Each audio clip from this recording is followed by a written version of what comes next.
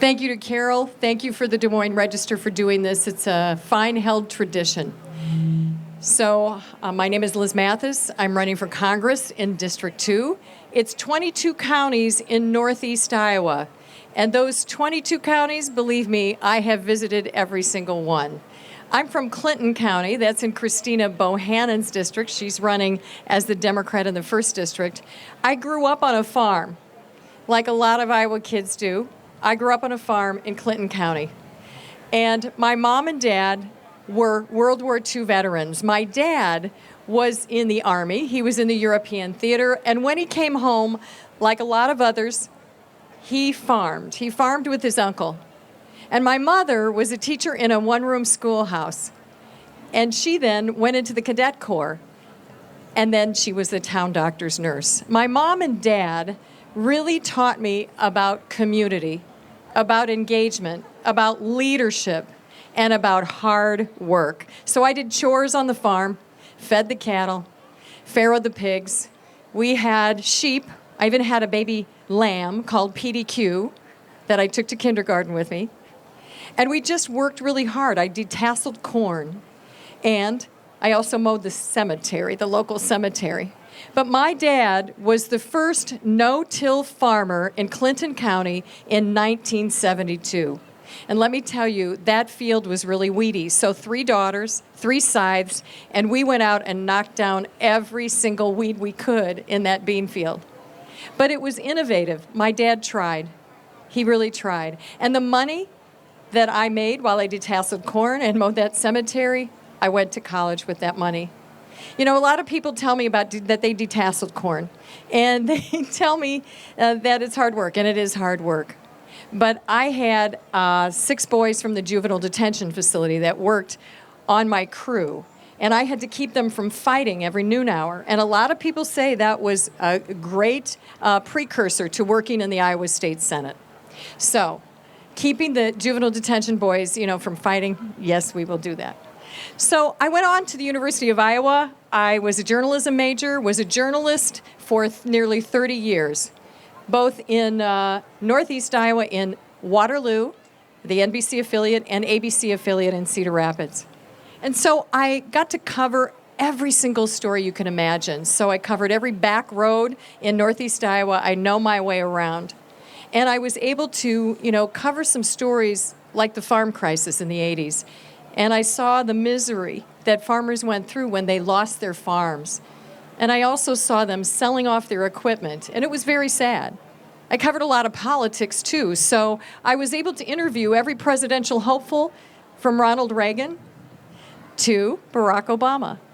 And I covered city council and supervisor's office meetings, and I covered all kinds of things at the state level and at the national level, too. I was able to even travel internationally. So I have experience listening and seeing what's going on in northeast Iowa. So I also worked for a children's nonprofit. We take care of kids who have mental health issues and have behavioral issues, foster care and adoption, and a lot of case management all over eastern Iowa. They help 45,000 families a year try to heal from mental health issues, heal from crisis in their homes. And so while I was working there, I really, really tried to advocate for a children's mental health system. So I went to the state capitol and I talked to legislators, and I knocked on the chamber door and no one would come out and talk to me about it. We went to a meeting. We went to an appropriations meeting. They talked about adult mental health for an hour, but not children's mental health, maybe about 10 minutes. And so I was mad. So when I had an opportunity to run for the Iowa State Senate, I took it up. My senator resigned from her position, and I ran in a special election. It's not the first time that I was asked to run for office, but it was certainly one of the most important. We won. We won by 12 percentage points in that special election. I ran again and again and again, and I won all those times. And I am going to take that energy and that motivation and that winning streak to Congress with me. I plan on winning in the 2nd District. So I'm going to be running against incumbent Ashley Hinson. She's been voting the wrong way. She's been saying no to a lot of things where she should be saying yes. Let's talk about infrastructure. Infrastructure will bring $5 billion with a B back to the state of Iowa, your federal tax money back to the state of Iowa, and invest in 4,000 endangered bridges, fix those, fix roads, fix broadband, not only the quality but the quantity, to expand that. That will expand a lot of economic development. Okay, so we have a lot of things, including projects in the USDA, that will benefit from infrastructure. She voted no. Now remember that. But also took credit about 2 weeks later for a project that was funded by infrastructure money. That is not the Iowa way. We don't do that. We don't vote no and then take credit for a project. We're not doing that. There was also COVID recovery for children and families. There was a bill that would bring money back to Iowa for COVID recovery. You know, COVID was such a big disruptor. And that COVID recovery money was going to help open child care centers. It was going to expand affordable housing in small communities where they really need housing. If you want to stay and work in a small manufacturing plant, you have to have a place to live. And that money was going to help do that. And the Field of Dreams project, that's another thing that was paid for with COVID recovery money. She voted no. And finally, on Tuesday, the Inflation Reduction Act was signed. That has so many provisions to help all of us. It's going to save us money. Already we have seen the cost of gasoline go down. E15 is approved for the nation.